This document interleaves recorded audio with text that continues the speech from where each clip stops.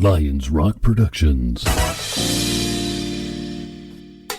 This is Jay This Moore. is Greg Proops. This is Jordan Harbinger. This is Dexter from The Offspring. This is Nathan This is East. Sebastian Younger. This is Rick Marotta. This is Stuart Copeland. This is Mick Gillette. This is Andy Summers. Hey, this is Skunk Baxter. This is Gabby Reese. This is Rob Bell. Hey, this is Jon Leon Guerrero. Hey, and this is Pete A. Turner.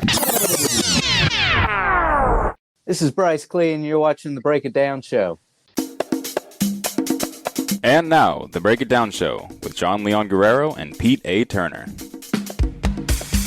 Yes, indeed. We're going to have a great time today. It's another music show Thursday. So let's just get caught up and talk about what you're up to and then what you're promoting, and we'll launch from there. Awesome. Sounds good, man. Yeah. So the biggest thing that we're talking about is Chris and Brian, who are the Cold Stares, have said, you know what, we're going to add a bassist to this band. That's big news for you guys, because one of the things you all are known for being a two-piece and then playing the fuck out of those two pieces where everybody's like, you got to be kidding me. You got like a whatever in your pocket, who's backstage or what's going on. But you guys did it with two people, and you've broken out and written some incredible stuff, multiple albums. You've been all over this show.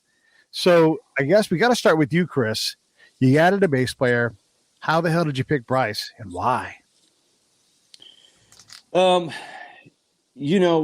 had looked at bass players a couple times in the past, and we actually had a couple guys that were great players that came in, and it just didn't feel right. We had a couple guys come in and play in the studio before. One was Kurt Schneider that plays with everybody from John Mayer to Five for Fighting, and so we've had some great players that came in and played in the past, but we were just kind of I think we were just kind of predispositioned to stay as a two-piece.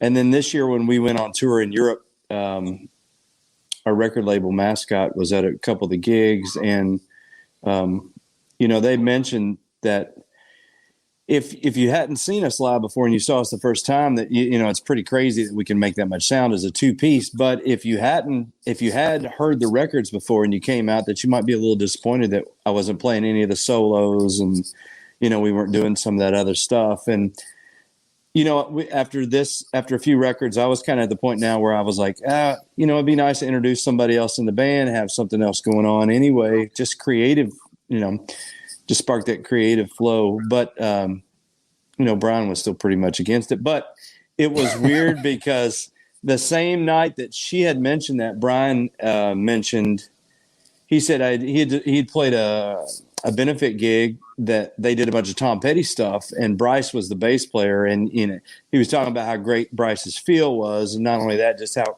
he was a cool guy and easy to get along with, and I was like, dude, I talked to the label first and had the label kind of pinch Brian as well and just say, hey, maybe you should try this, and we early on I didn't play a lot of solos on the record, but the last couple of years I've really just further fell in love with guitar playing and wanted to play some more solos.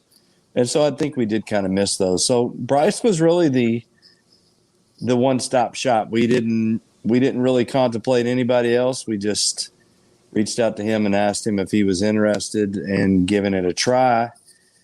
And, I think I'll let him further explain that. But the thing about Bryce was, also, other than just being a fantastic bass player, was he's local. We've been friends. We know his brother. We've ran in the same circles for years, and he's also available to tour. And he fit all the criteria. So it's just a perfect fit, really. Yeah, there's a lot of criteria that goes into this situation. So, Bryce, I'll ask you, what was it like musically, artistically, working into the situation that already existed that Chris and Brian had created? Well, that was kind of the easy thing, was because, I had seen them around town for years. So I kind of knew the sound that they had and that they were creating already as a two-piece. And I knew kind of, once Chris reached out to me, I was just like, okay, I thought about it. We had a few days between when he reached out originally and then when we actually met up for the first time and discussed what he was kind of looking for. And so I had some time to kind of think about it, and I was thinking about shows that when I had seen them live here in town, and what they were going for. And so like, I knew where I wanted to fit in. And it was basically, I wanted to make it feel like nothing had changed, that they hadn't added another person, sound wise, sonically, I didn't want to change any of that because they had a great sound already. I didn't need to come in and change any of that. I just needed to add to it and make their load a little bit easier. And, when Chris and I and Brian first met, we met for lunch one day and kind of talked about it and went over things that they were looking for and a little more in depth. And the stuff I could add, I could bring to it was easy, or not necessarily easy. It was just exactly what I was anticipating before, I guess. I had already expected that, and that's what I was going to go for anyway. So, that really came really easy and naturally, I thought. Terrific. Chris, talk about Bryce's feel. It's amazing, man. Like I said, we've played with some great bass players before, and not to discount any of those guys if they're watching. But the thing about Bryce is he listens so well. I mean, he literally came in and played the exact parts and with the exact feel that I would have if I was sitting over on bass. And in the past, when we've been in the studio, I've always played the bass parts in the studio, and I kind of have a feel for myself. But Bryce is a chameleon that he can come in and, we were talking about it in rehearsals the other day. He just matches my notes exactly as far as when I'm cued in and when I'm releasing notes. He does exceptionally well at listening and doing that. And that's very important to us because one of the things was early on as a two-piece, everybody would say, well, you guys are so tight, And I would say, well, we're of course we're tight because I'm playing everything. I was playing 2 guitar amps and a bass amp. Yeah. If I made a mistake on one, I made a mistake for all 3. So it was tight, but it had that limitation of it only could be single notes, and it was all on me. And Bryce stepped in and plays all the right notes that I need him to, that we need him to as a band. But then he also, just has this great ear for adding stuff. The new stuff that we're working on for the next record, I'm super excited about because he's already adding notes that spark me to want to do other stuff. So he's doing exactly what we hoped somebody could do if they came in. Nice. Well, Bryce, what about the Cold Stairs excites you musically? Oh, well, to go back when I first heard them, probably 10 years ago, maybe, Chris, I think. Yeah. Chris's tone, I was a bass player then. And so hearing the guitar and what he was doing with the bass and splitting the signals and stuff was super impressive. But really what caught my ear was Brian. Brian's drumming is just so stellar, and just I love his placement of everything and just his feel and the groove. He's got chops, but he doesn't have to show them off all the time. And so that was kind of what immediately drew me to the band. And then the more I watched Brian, then I saw how Chris interplayed with Brian. And that connection there just excited me just as a fan in general, and watching them two kind of interact, and then, thinking like, oh, hey, I could be a part of that. That really excited me. I wanted to be a part of that. And just to add, not necessarily add anything, but just, I don't know, do what I do, bring what I thought would be, cool. Yeah, I guess it was kind of a dumb way to say it, but I mean, it's true, Well, let me stay on you for a second because Sure. you kind of unlocked as a rhythm section player. Talk in some detail about what it is that Brian does that you lock into. Like when you're playing with a drummer and you go, okay, I can attach to this. Yeah. What is it that he does that you can lean into that makes you feel comfortable? Man, the kick drum and hi-hats. That's the first thing I pay attention to is, where's the kick at? Where the hi-hat's at? If it's a driving tune, or the hat's going 16th notes, 8th notes, whatever, and then I find where the kick's lined up on that. And that's just, it's gotten to a point where I don't really think about it. It's more of a feel thing. And it's just, that's just what Brian does. Like his kick is so big sounding, and it's so just, right where Driving. driving right where you'd expect it would be, Mm-hmm. and it's just perfect. And so that's just what I listen to for sure. And that's what drew me to Brian. It was just like, oh yeah, of course, that's where that's at. Perfect. Yeah. Chris, being a unit with Brian, you have a chemistry, and like you said, you stick and release notes the way that you do it. And then when you brought Bryce on, did you find the two of them in sync, or is it a beautiful alchemy that they put together? How do you react to the two of them playing together?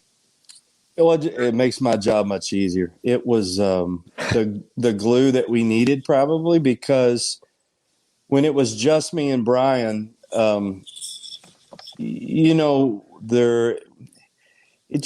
more pieces in the puzzle that you have in there, the easier it is to see the image. And when it was just Brian and I, a lot of times I was wondering if I was pushing, if I was pulling. People would say, "God, you guys are incredibly tight," and probably we were. But when you don't have a bass in there, you don't have that bottom. A lot of times I'm playing more melodic things on the guitar, not necessarily rhythmic things that lock in with Brian. So I had to just kind of drop and rely on him to just kind of hold that underneath me. Well, now he has the additional glue of Bryce in there to hold those notes. So those kicks are not just kick notes. They're a kick on an E or a kick on a D that kind of puts that bed underneath me for me to be able to play. So I think it helps a lot. When we first all got together and tried it, I think the thing that Brian said after the first rehearsal was, I don't think it doesn't necessarily sound any bigger. It kind of sounds the same. I said, well, you do realize how huge a statement that is, that it didn't sway, or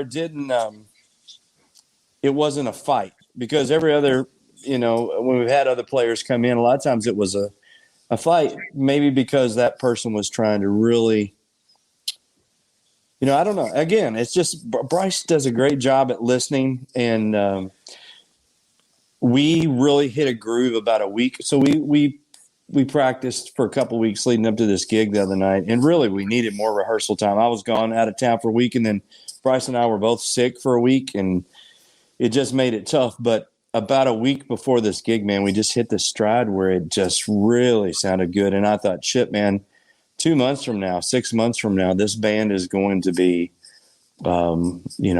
just 20% better, 30% better than we've ever been before, which says a lot, because we've always strived to be really good live. So I want to jump in, and I want to ask a question real quick here, because what you're talking about, I think there's less for you to do, which opens you up to think about new things to do and new direction to take the music. And there's also, I think, and John will have to correct me if I'm wrong on this, there's also a change in what Brian has to do, either less or more or whatever, but he gets to make different choices, which for a band that's growing and writing new music, it seems like you guys are adding a whole, like almost a three-dimensional palette of new things, because you can have Bryce sitting up top and maybe he's playing a line that's, it's the bottom, but he's also taking up a space that you would fill otherwise. And now, with the guitar, you can do anything, but now you have time to maybe think through some of these things, or even have your mind open up to the possibility, because you're not doing 7 jobs at once. You're only doing 5 of them now. Yeah. Well, it's kind of done. It has done that, but it's also done the opposite of that, in the fact that before I was painting with 3 or 4 crayons or drawing with 3 or 4 crayons, and now I have the whole box. I can pretty much do whatever I want. And, so now if I want to play wah on a solo, I can do that, or I can kick a wah in, or I can kick a vibe in, or I'm still using a multi-rig amp setup. I really can do anything I want to now, within the confines of the song. For Brian, it's almost done the opposite, in the fact that before, when we played, if he wanted to add in 3 extra kick at the end of a measure and do a triplet or something, he could do that, because I wasn't absolutely matching him sometimes. I was doing something similar but different. But now with Bryce's bass is hitting with Brian's kick, so Brian has to kind of sort out, okay, this is what I'm going to do every time, because Bryce is matching me and I'm going to be consistent. So it's made the rhythm section much, much more consistent. Not that Brian wasn't accurate before he was, but we were a little wild on things. And now on the newer stuff, we're still playing the old stuff the way it was written in Bryce's end, but the newer stuff, those two are really locked in, and thank God they've really just kind of made created a bed for me to kind of do what I want to do, make noise and just be creative. And really at this point in our career, especially looking at the next record, that's really what I needed more than anything, was just to have an opportunity to be really creative and see where we could take this. That's awesome to hear. We often refer to this quote by Alfred Hitchcock where he said that the enemy of cinema is the lack of limitation. And so it seems like as you describe it, you were using limitation in your favor, and then now you're growing your quiver, with Bryce's bass. You're growing your quiver in a way that allows you to capitalize on what you have built based on the limitations that you had. Is that right? Yeah, absolutely. I think that's a good analogy. And we're still just a three-piece. There are still limitations on being a three-piece. And the good thing is that I think, and Bryce can speak to this, but I think him watching how I was covering three basses by myself before, now that he's in, he automatically kind of did that. So when I take a solo or I'm playing a solo, instead of it just being the bass underneath, he's got distortion pedals and chorus pedals and doublers. And so he automatically just thickens up and does these things the same way that Brian always has, and to fill space that we want to have space, but to also still let it breathe. So I couldn't be any luckier as a guitar player and as a writer to have both of these guys in the band with me, because they both are very attentive to the song and what we're trying to do with the song and space-wise. So it's great. That is fantastic. Pete and I often have these discussions when we're listening to trios, especially like the Police, about how much space everybody's taking up, and how the responsibility shifts when the solo happens, because you change up, you have to fill up a little more space. How do you do it tactfully? How do you not betray the song? Things like that. So Bryce, talk about your influences as a bass player that allow you to speak that language. Okay. Yeah. I mean, I've always been drawn to power trios. I mean, I can go back through like every band that I've been a huge fan of. Starting off, Cream was Jack Bruce, Eric Clapton, Ginger Baker. I mean, that was the beginning, really. I mean, Pink Floyd started it, and then I found blues and blues rock, and then went to Cream, and that's where Cream, Rush. Even the newer stuff like Primus, I love some Primus, I love some Les Claypool, all that.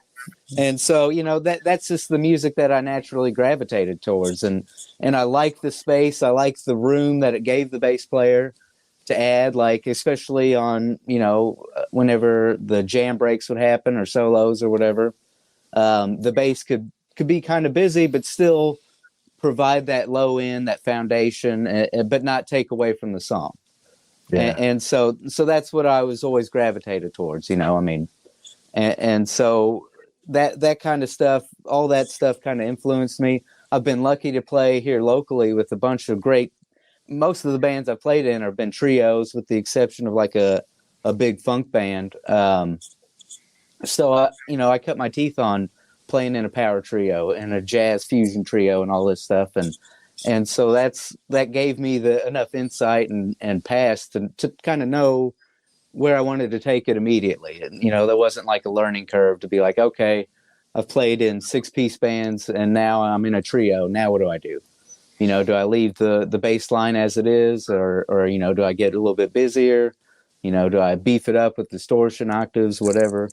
And so, I already naturally had that toolkit available to myself, and that's been huge, I and having the influences like Cream and Rush and all that. I mean, even Led Zeppelin, even though they're a 4-piece, but musically they're a trio, instrumentally wise, I guess, and so all that stuff just, showed me the way, I guess. If you guys are going to be a power trio, that means someone at some point here pretty quick is going to have a keyboard in front of them, and it seems like that guy is you. So I've been pushing. I'm totally down to I'm get a telling you, it's keyboard, going to happen. I mean, look, Geddy Lee. Geddy Lee. Yeah. Geddy Lee's my hero all Yeah. time. And So we have if our I can friend get a keyboard Charleston. on stage. Charleston Quinn plays the keys and bass. It depends on the song, and he gets the job done. And boy, you talk about adding layers. That's going to happen, right?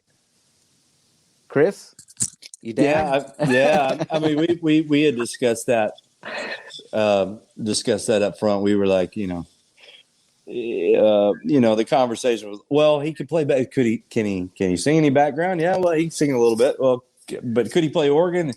Yeah. Actually, he can play organ. He could actually play some guitar. That's the things that you look at when you're hiring somebody in whatever situation. You're looking at the resume. He clicked. He checked off all the boxes, so that's great. The other thing is as a blues rock band and as purveyors of things that are vintage and old that we like, we in the past we've always made sure that we didn't want to use tracks, or we didn't want to do this or that. But I don't think that anybody cares anymore. I think they want to see a band play live, as long as everybody's playing their instruments. I don't know that it's so pensive to not use a organ patch, or Brian's got triggers that he can use. And so when we did add Bryce, we were like, okay, we're up for anything. What we want to do is reproduce the songs that we're making on the album as well as we can live, but then also add some attributes that make them exciting live that's not on the record. So that's kind of the goal. Yeah, it sounds to me like what you're after is producing a good time, and you've gotten to a place where you've found a co-conspirator who brought a toolbox that makes things interesting. Because correct me if I'm wrong, Chris, if you are to characterize Bryce as a bass player who can do other things, well, that's great. But a bass player with a listening perspective of the other things is really where it opens up opportunities. Would you say? Yeah, I couldn't have said it any better. Stated very well.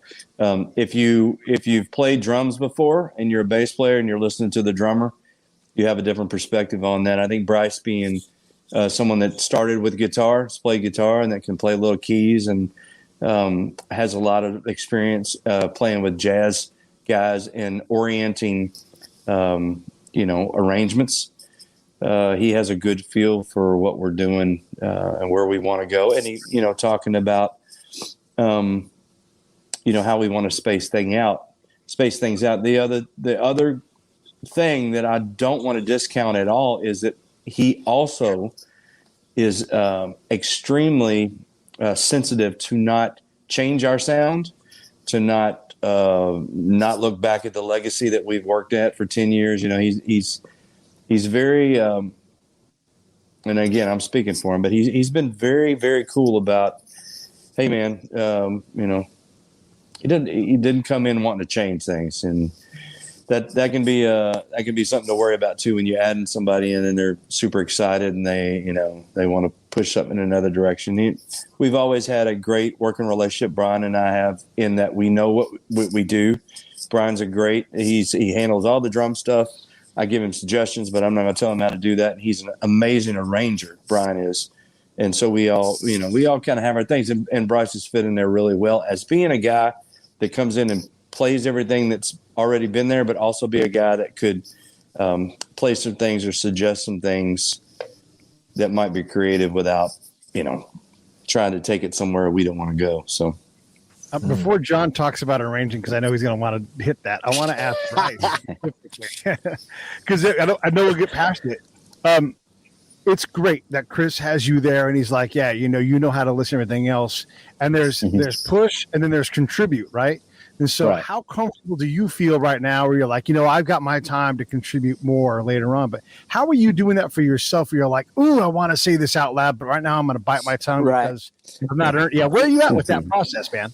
Yeah, like that was something I was concerned about, because I didn't want to make it feel like I was just, paint by numbers and, just tell me what to do and I'll do it and that's it. But I also didn't want to come in and be like, I I think we should do it this way. And, so I was worried about that. But then, like, I think the first or second rehearsal we got together, we started working on one of the newer tunes. And, there was a section where I thought we could change where we come in with some chord hits on Come For Me. Or no, Cup of Tea. And I felt totally fine suggesting that. And it was exactly that. It was a suggestion, and Chris took it, and that's how we play it now. And so, just that little change, I felt totally comfortable suggesting it. And, I didn't feel like I was getting, browbeat or like, but when I left the room, they were like, can you believe this guy suggested that? I never felt like that. It's really been the transition to, auditioning, I guess, essentially, to where we are now has been completely smooth and natural. It's just, they've been super great guys to work with. And, what more can you ask? Yeah. I remember that meeting. I remember the door shut, and it was like, rock box, fucking rock box. It's as a guy that's kind of done it all by myself for 12, 13 years now. I mean, I hadn't played. Brian's had a couple situations where he's played with other people, but I haven't. And so, obviously you guys can tell Bryce is a sweetheart. He's not going to come in and propose something, first of all, that he didn't think through. And second of all, that, he's going to try to shove down anybody's throat. So I welcomed it. And it's great. And, at the end of the day, I am the Jimmy Page guy. I want to produce stuff. I want to have my hands on the final product because I'm writing the songs. And I think both the guys are cool with that. But man, you'd be an idiot not to listen to suggestions. I mean, my wife has suggestions on stuff, and she didn't know anything about music. I think once you start going, I know it all, and this is exactly how it's going to be. I'm not going to listen to anybody else. That's a pretty poor way to be a human being, in my opinion. So, I agree. I mean, it's got to be severely limiting to think like that. It'd be like, I've got the answer, I mean, how can you, how are you going to grow? I learn by criticism. I learn by suggestion. And to me, that's the most important thing, The sad thing is Brian's not here, so we can talk about it. Brian always has the right suggestion, but he doesn't, he never says it. So he holds it to the chest. So no. Well, a lot of that is consideration. I mean, all the things that you guys are describing are great, but when we all have ideas, they're not always good. Absolutely. And we have to be willing to say, well, let's let them try it. Let's give it a shot and see how we all feel about it. And then whoever suggested it, if you're in that kind of a relationship that it really sounds like you guys are in terms of collaboration, you have the wherewithal to say, here's a suggestion. If it doesn't work out, great, we'll move on to another one. Absolutely. So, if that's one of the things that you were looking for in a new member of the band, Chris, bassist or not, just bringing somebody into the fold and then finding somebody that you could be a collaborator with, who was considerate to the vision, understood it enough, but then had creative enough suggestions that made you go, oh yeah, all right, think about that. When you think about adding a member, was that something that was conscious in your thought, or were you just listening to the label and thinking, well, it'd probably be great if we could find somebody who could reproduce what I've been doing on the record to free me up to allow for a better show? We've had that thought that that would be good to have somebody else to fill in stuff. It was kind of twofold in that we didn't want to take away from, I think Brian and I both had a little bit of concern that we would lose the statement that says, hey, these two guys sound like four. I mean, now, because now we're three people. Hopefully now we sound like 5 or 6 with 3 people, but we knew we would lose that. So that was kind of a consideration. But to be honest, 50% of what we were looking for in a bass player or an additional person was Half of that is a skilled musician that I could say, and Bryce does this. I can say something to him, and he'll play exactly what I just asked him to play. He at least is able to do that. Or I can play something on guitar, and he just looks at me and calculates it, then he plays it. And we might work it for a second or whatever, but he can do that. So that's 50% of the thing. The other 50% of it is, can you be on the road with us for 6 weeks? Can you travel to Europe with us and be stuck in an airport for 6 hours and us be around each other and not absolutely drive each other crazy? Because Brian and I have had a 20-year-long relationship. We've known each other, and I'm sure we get on each other's nerves sometimes traveling. We're way different on a lot of subjects.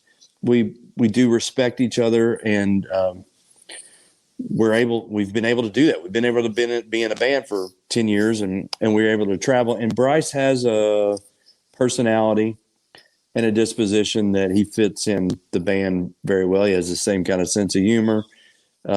He's easygoing. And that was one of the things whenever I talked to a couple of the guys he played with before we reached out to him, I talked to a mutual friend that's really close to us. And he goes, I don't know if Bryce would work out for you guys on the bass playing, if that's what you want or not, 2-piece, 3-piece, whatever.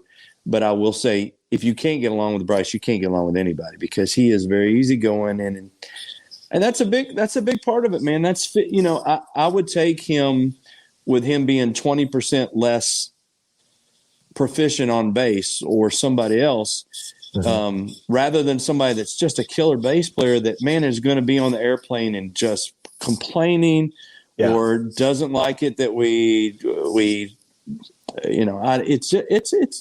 he's traveling with somebody. And now we're at the point where we're playing a lot of festivals, and we did 60,000 miles last year in 9 countries. So to be able to get along with somebody, and Bryce is hilarious. He fits in the band great. It's a good, that goes a long way. It does, man. It really does. Because for me, Pete smells bad, but he's pretty funny.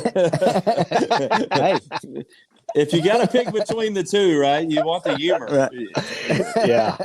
No, but that kind of chemistry. I'm going to ask you both the same question, but I'm going to ask Bryce first, because like at this point, Pete and I have worked together on a number of things, and we have a dynamic that would allow us to go on the road together and know that all of our foibles kind of fit each other. And I know that whatever he's doing may be insufferable to somebody else, but I can take it, and vice versa. I know whatever I do that drives people crazy, Pete can even point it out. Like, hey, here's that thing you do. Like, hey, man, you leave the windows up and turn the car on and turn the air conditioner on, whatever. If we bring a third person into the mix, it's going to take a little while where it's, Pete and I are not just 2/3 of the equation. It's more like we're 90% of the equation, and we're allowing this person their 10% and working up. Do you know what I'm saying? Oh yeah. Yeah. Yeah. So at this point, how is that dynamic? And I'll ask Bryce first. Where do you think you are in terms of being like a full third member of the band? Where do you see your position? And it's not, if you said like right now I'm at 10%, but it feels good or whatever. Where do you think you are in terms of band chemistry? Oh, I mean, it's still relatively new. I mean, I think Chris reached out beginning of December, maybe-ish, December 6th, maybe. So, Yeah. I mean, we're a month, 6 weeks into it. That is super new. Yeah, it's still really fresh, but it feels great. I mean, I've done a lot of this stuff, played with new bands, picked up new bands a lot. And, and you can always kind of tell usually right away how it's going to end up a little bit. Mm-hmm. You can always kind of feel that dynamic out a little bit. And you can certainly feel when it's wrong, right? Exactly. And I ran into Chris, and we had talked before in the past few years, but nothing beyond like, dude, you sound amazing. Your band's awesome, yada, yada, whatever. And we went to lunch, and it was like we had known each other for years, like we've talked multiple times, there was no awkward stuff. We went to a show in Nashville, middle of December, and it's like an 8-hour ride down and back. And, I was like, this might be kind of weird. I don't really know Chris that well. And it was super easy. It was great. I had a great time. It was just natural, and I think that carries over into the band performance as well. Everything just feels natural. So like, I really don't see, I feel like maybe we're halfway there, I guess, to answer your question. I'm not fully in there yet. I'm still trying to earn my position. I don't want to take anything for granted, but I think it's going to be great. I get along with both of them great, and I just see nothing but roses in the future, man. Hey, Chris, what do you say about that very diplomatic answer? I think one thing to consider in having this discussion is that Bryce has kind of been auditioning for us for 10 years. In the fact that he's played with friends of ours, close friends of ours, for 10 years. Like, he's always been around town. If it was somebody from out of town, you don't have that background on them where you go, well, I heard the story where they got mad, they threw the bass and walked out, or they threw a fit, or the wife was on drugs, or they got something crazy. So, a couple really close friends of mine that I really respect, Bryce has played with for years, and they had nothing but great things to say. They were super excited about him playing in the Cold Stairs. But you have a work history there, and you have friends, and you guys know. I'm sure Pete, you may have a friend that has some quirks that you guys, as a 3-piece in a car, you go, oh, I know when he does this, it's gonna aggravate somebody else. But we just haven't ran across that yet. I instantly, when Bryce and I had lunch, I was like, yeah, this is going to work out. It's going to be fine, because we have similar backgrounds. We come from the same area. We like similar music. The test will be, as far as longevity of Bryce and how he does in the band, will be, there's a lot of absolutely amazing things that we've done. We're playing in Europe. We have hundreds of thousands of fans. We have all these things, but there's also getting in a van in Paris and driving after 2 hours sleep and driving 8 hours, getting to the next gig, and having to load most of the gear ourselves. I can't speak. I have a gut feeling about how Bryce is going to be on that, but I can't speak to how he'll be as far as that stuff goes, nor could anybody, until we get out and start doing those things. So, but man, I've told Brian and I've had this discussion. I just don't think anybody else would be right. Even after the first time we got together, I was like, yeah, it just feels right. I'm a gut guy. I go by my gut. I have a good instinct on people and how people are. And, I just felt it was a good fit, in so much that I love our fans and I want our fans to be happy, but I didn't really give a shit what anybody else thought, because I write the songs for this band. I put in tens of thousands of hours of work in the last 10 years, and creatively right now, I needed to have another partner in the band with Brian and I to help push this forward. And, Bryce was that guy. So I was like, I know some people are going to say, well, they're not a 2-piece, it's not the same, but, I'm the one cooking the meal. If you want to come in the kitchen and help me cook, then that's one thing. But a lot of people like to stand in the lobby and bitch about the grits, bitch about the grits, and they're not in their seasoning. So yeah. I think it's going to be great, man. I think it's going to be fun. I have absolutely zero negative energy about it whatsoever. That is fantastic. That is really great to hear.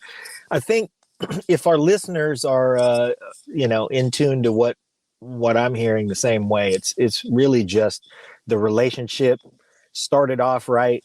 You had, like you said, similar backgrounds. Everybody came to the situation with the appropriate respect for the work and respect for work in general. Like you said, there are those tests on the road that happen. And until those tests are in front of you, you see how people perform. But short of seeing somebody perform in the test, you can detect the aptitude for the performance. Yeah. So, yeah, that's really great absolutely. to hear, man. It's Yeah. nice that you guys have found each other for, those of us who love the Cold Stairs. It's nice to hear that what you love about the Cold Stairs isn't going to change. It's, if anything, going to just free up room for improvement and room for continuing collaboration and more arrows in the quiver. Yeah.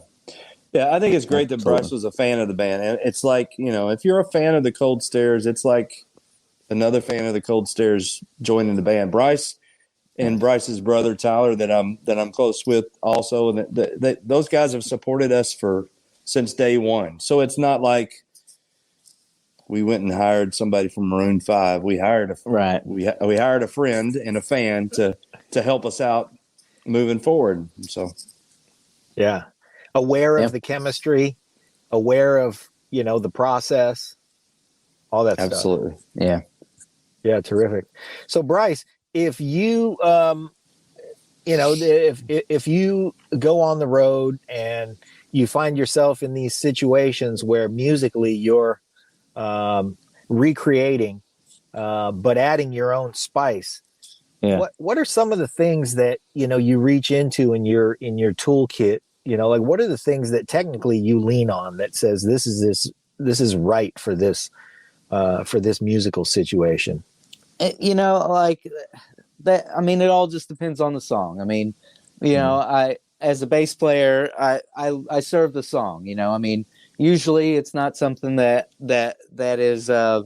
This is probably another Hold on, that's the soundbite that I want all the bass players across the world, and most of them, the good ones all know that. But that's the soundbite that all the bass players out there need to hear. I mean, unless it's a bass written tune, that's the bass is driving it. It's you follow whatever's given to me. I want to make the song sound the best it can, and if that's a super busy bass line with 16th notes and ghost notes all over it, slapping all that stuff. Yeah. Then great. Then that's what the song deserves. But Rocco did it. Yeah, exactly. If Rocco is king, so if whatever Tower of Power does, I'm down. So but really, it's just play to the song. I want to serve the song number one. And then Chris second and Brian third, and then my own ego fourth, or whatever, however you want to slice that. But I just want to make the song the best it can sound, and then make the band sound the best they can sound. And that's. After that, whatever else is just great, I guess. That's a great set of priorities. Yeah, that's what I try to do. I mean, I don't know.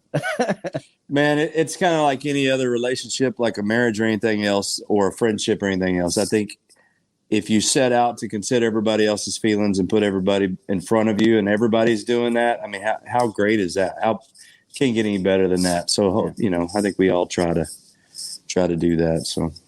Totally. Yeah, I think we all can relate to that too, musically or not. I mean, I would say, Pete and I don't keep score in our friendship because he's probably winning. and if I'm doing it right, he would say, "No, man, I think you're the one winning." Right. There you go. See? When you're doing it right. That's all it's about, man. Yeah.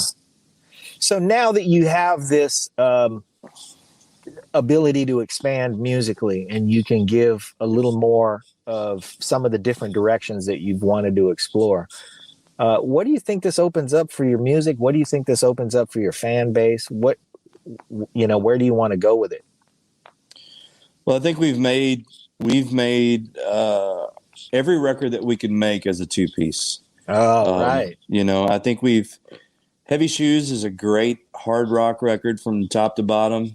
Ways was a record where I really tried to add elements of acoustic stuff and blues stuff and split it up. And, the EP stuff that we did all kind of had its thing. Now with Bryce in there and with me just being able to write really anything that I want to write, that's, I've been having this discussion with myself for the last couple of days and with the guys a little bit yesterday as well, as do we want to go in the studio and make a Cream record?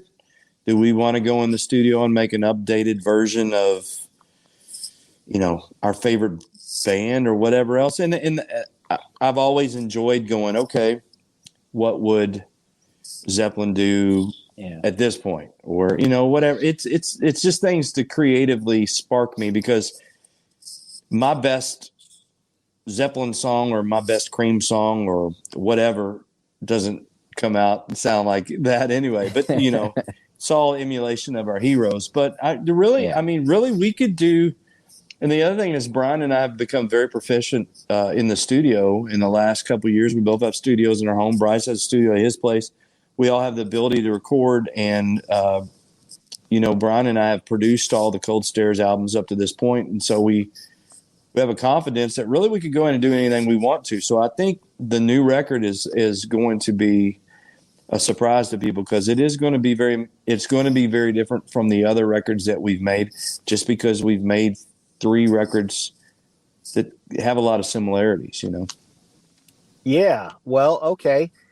Pete, let me ask you a question as a let's say you're I would classify Pete as a campfire guitar player. That's right. It's great to pull it out at the campfire and and create a good time. When you listen to Chris, what about Cold Stairs music? And man, I wish Brad was on here so I could ask him this question. Yeah, too. Brad, come on, get in here. Yeah. What about the music? What about Chris's playing speaks to you? Honestly, the first thing that jumps into mind, and depending on the song and everything, is Chris's passion and his inclusion of gospel within the rock vibe, right? Mm-hmm. Because that was a thing for a while. And look, there are all kinds of great genres, and then there's stacked genres from different eras. But that gospel stuff, then I'll just put Ray Charles at the front of that, just like saying rock and roll and gospel can be pairs, right? And then just all the great stuff that came out of Motown, all that stuff. I hear that, and I long for that in modern music. I'm really critical of modern music a lot because it's formulaic and like we know this will sell, and then there's trap is just not very interesting. Chris takes a risk and puts gospel in there, and that hooks me for all of the rest of it. Like that's just a tasty piece of tuna I cannot let go, and I want it, and then I'm along for the ride. Yeah. Okay. Chris, is that a risk, or is that you just speaking in your natural voice? I think it's absolutely a risk in today's environment to be vocal about that. I'm very blessed in the fact that I've been able to do that, and I've had so many of our fans that don't believe the way that I do to say, "Hey, man, I really respect you for that," and also because it never feels like you're trying to push that down my throat. It's just your perspective. And I love a lot of culture stuff, man. I love, I love Native American stuff. I love so many different cultures that are different than I am, and have an immense amount of respect for a lot of that stuff, even though it's different than I am. But anytime somebody's passionate about something and honest about something, I think it's beautiful. And so, without going too deep in it, I've just had life experiences that have kind of built a faith around, my beliefs. And, my wife's always getting on me. She's always like, "Well, you're always killing somebody in one of your songs. Somebody's always your wife, the woman's dying or somebody's." But that comes from my love of early country and Johnny Cash and early blues and Son House and Willie Johnson and a lot of those guys that I honestly grew up listening to and loving, that I would hear on an album. I could put on an album and get lost in a song visually. Long Black Veil, Johnny Cash doing Long Black Veil, and you see the story of this person that is killed, and it wasn't their fault, or there's a relationship and somebody was hurt or murdered or brokenhearted or whatever else, and visually that. And then on another song, I'd hear somebody singing about what God meant to them, and those things, for them to be on the same record really felt to me honest, because it seemed like real life where when you saw Jimmy Baker and Tammy Faye on television, obviously that felt fake. So I really was attracted to people that had an element, and I don't know why. I don't know why that changed. Ben Harper is great about having gospel elements in his songs. There's a lot of artists that I wouldn't say there's a lot of artists. There's a few artists still today that still kind of do that, and I have a little bit of an inclusion for that just because, first of all, I feel like giving back. I just feel like I'm very blessed to be playing in this band, for us to be this successful and this long, and I feel like it's a good memento to have a song that puts a little bit of faith in there every now and then, because without faith, I wouldn't be here. So, Bryce. Hey, Chris. What's up, Brad? What's up, man? How are you, man? I'm doing good. You look good. The two new songs I saw the clips of from Boca sound amazing. Thank you. Awesome. Those are good. Bryce, you look awesome up there. Hey, thanks, man. You balance That's out what the I do. stage. You bring the low end. Good to meet you, too. Yeah, nice to meet you too. Terrific. Yeah. All right, Brad. Where'd everybody go? I wished for you to be here, and then Pete, of course, quietly put his fingers to work. But I asked for you to be here because really what I wanted to know was, as a guitar player, what Chris's influence meant to you and what excites you about his playing and his songwriting. Oh, so I would say that when I first ran into the Cold Stairs, so this is like 10 years ago, and I heard Cannonball first from somebody's couch, and I thought, that dude writes the music that's in my head. Like, literally, that's what I thought. And then, as the kind of the journey went on and the albums went on and whatever else, he continued to write the songs that were in my head, which was cool. And I finally became friends with Chris and Brian probably around Mountain Time, just before Mountain Time, and they continued to write the songs that were in my head. It was weird and creepy, but it was what it was. And go into a little more detail about that. What's in your head that what really speaks to you? There's a simplicity to his songs. They're like not trying to be too much. They're just there's like an essence to them, and and maybe that comes from being a two piece. There's a beat, and there's a guitar, and there's singing, right? And the lyrics are not trying to be too much. They are what they are, for the most part. Right to the chase. Yeah. Right to the chase. They're clear. It's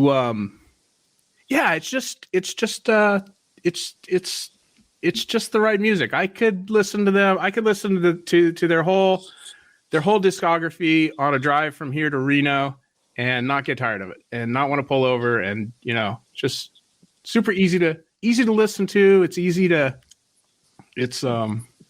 I want our viewers to know that Brad lives a long damn way from Reno. I do live a long damn way from Reno. That's saying a lot. That's true.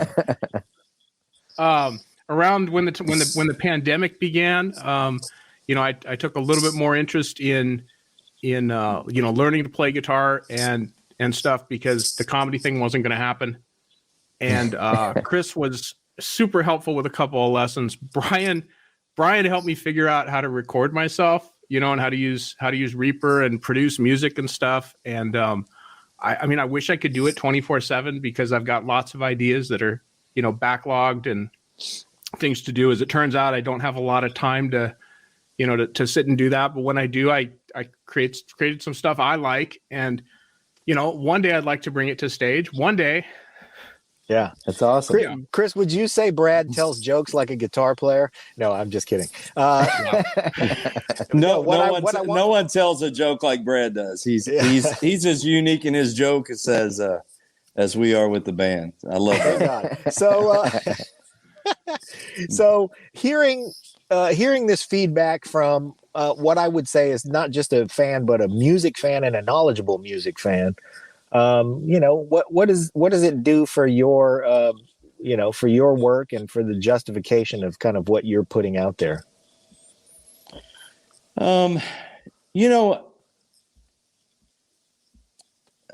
I see Brad as every man. Like he's like a guy that is.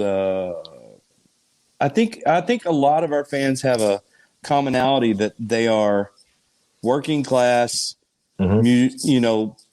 lovers of music. It's not what we're not doing cork sniffer music. We're not doing stuff that's, and it's kind of what he said about the lyrics. We're trying to tell a story that everybody can relate to. Trying to, as a band, have a work ethic that everybody can relate to.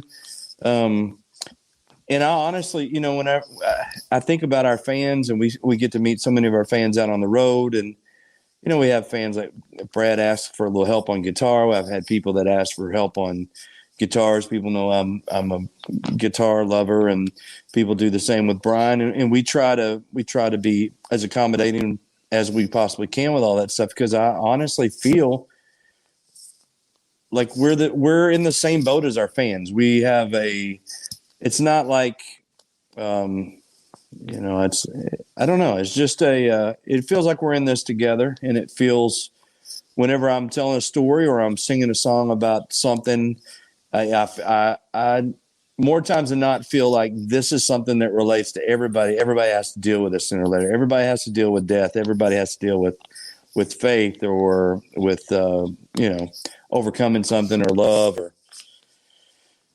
not necessarily being hung, but, we can all relate to having that feeling of being, strung up for something you didn't mean to do, or didn't, I don't know. So Absolutely. yeah. I think what I'm hearing is that, when you said that one of the things that attracted you to Bryce was that you just got the feel for him as a human being. Like, hey man, when it's time to shore up and get it done, he'd be the kind of guy to roll his sleeves up. And Brad is certainly the kind of guy to roll his sleeves up. And so if there's a commonality, well, Gotcha, John. figuratively I see your point. Yeah. I want to go back to the gospel influence. Bryce, as a bass player, is the gospel influence, is it more like a melodic musical tool, or is it a thickening agent? Oh, that's a good question. I mean, I'd say a little bit of both. I mean, I feel like all I'm dropping is diplomatic answers, but it's true. I mean, it's a little bit of both. I mean, like, to me, I mean, that's got its own kind of feel. So, it can be a little bit melodic on its own, but it can also, it can just give that real rootsy, home down, like really build everything up type feel. So like a thickening agent, absolutely. All that. And it's not like our gospel stuff is traditionally Ray Charles type stuff. I mean, the most gospel song we probably have is Jesus Brother James, and that's whenever I wrote the guitar riff, I was trying to emulate something off of AC/DC Flick of the Switch. So we're putting in those overtones lyrically, but not necessarily musically as much. Yeah, I'd say the other song from your catalog that's very overt, "Child of God." Oh yeah. What a great song. And you know what? It's like you don't have to be a God person to listen to that and get the point of it. Absolutely. It's about humanity. It's not not so much about the Lord and Savior. I mean, that I think is what Chris does lyrically with these topics that's really amazing. If you're not closed off to it, and there's a lot of people that are closed off to it just because they are, right? If you're not closed off to it, it's very accessible. Yeah, and I mean, I wrote that song whenever I was going through chemotherapy and watching people around me die. I'd go into Vanderbilt, and every week there'd be somebody else that I had seen taking chemo that was gone. And in every walk of life, every background, every religion, every race, every whatever else. And I just thought at the time, I thought, none of us are immune to death, and we're all cut from the same cloth, man. No matter who you are. So that song, has moonshiners in it, and it has good people and bad people and everything else. The point is that we're all human, and we all come from somewhere, man. You can call it God, you can call it, whatever you want to, but we're all the same. So that was the point of that song. And so, yeah, I want to get us to start to wrap things up here. I do want to say this too. If you're if you're unsure about gospel being part of a song, you're going to have to deal with a lot of songs, like most of songs in history, in some kind of religious aspect. I mean, you don't get to like Bach, which means you don't get to get married to the standard, wedding march. I mean, we got to get over some of that stuff. You don't have to be religious to appreciate that there is an inspiration, whether it's the universe or, your karma or whatever it is. Get over that shit. The other thing I want to say is this is my secret ask. This is what I've been waiting to ask the whole time. Chris, I'm waiting to hear some horns in there with a little bit of gospel twinge. You got a little bit of that horn action in there. And, John and I we just did a show recently with Dr. Robert Greenberg, who, like us, loves Mick Gillette. And you put horns in, and you got a big sounding band. You put horns in there, you can blow the back of the room off. And so we like that kind of thing. So I'm always proposing horns, and I know that makes Brad laugh. I want to start to wrap things up. Brad, I'm going to give you the last word, and then I'm going to get out of the way and let John wrap the rest of the show up. So, Brad, your last word. So I'm going to make the biggest pitch I can for the Cold Stares on the Break It Down show, which is, if you're a fan of the Break It Down show, if you're a fan of the authenticity of Pete and John, you are going to love the Cold Stares and the authenticity of Chris, Brian, and Bryce. Best pitch I can make.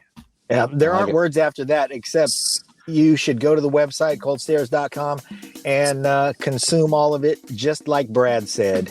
The website is on a link right there on the screen and below. So dig it. And if you're watching the show as a fan of the show, but not yet a fan of the Cold Stares, it's Brad gave the biggest endorsement, and it's all true. Hey man, love you guys. Thank you very much for everything, being on the show, and of course for the music and for the inspiration.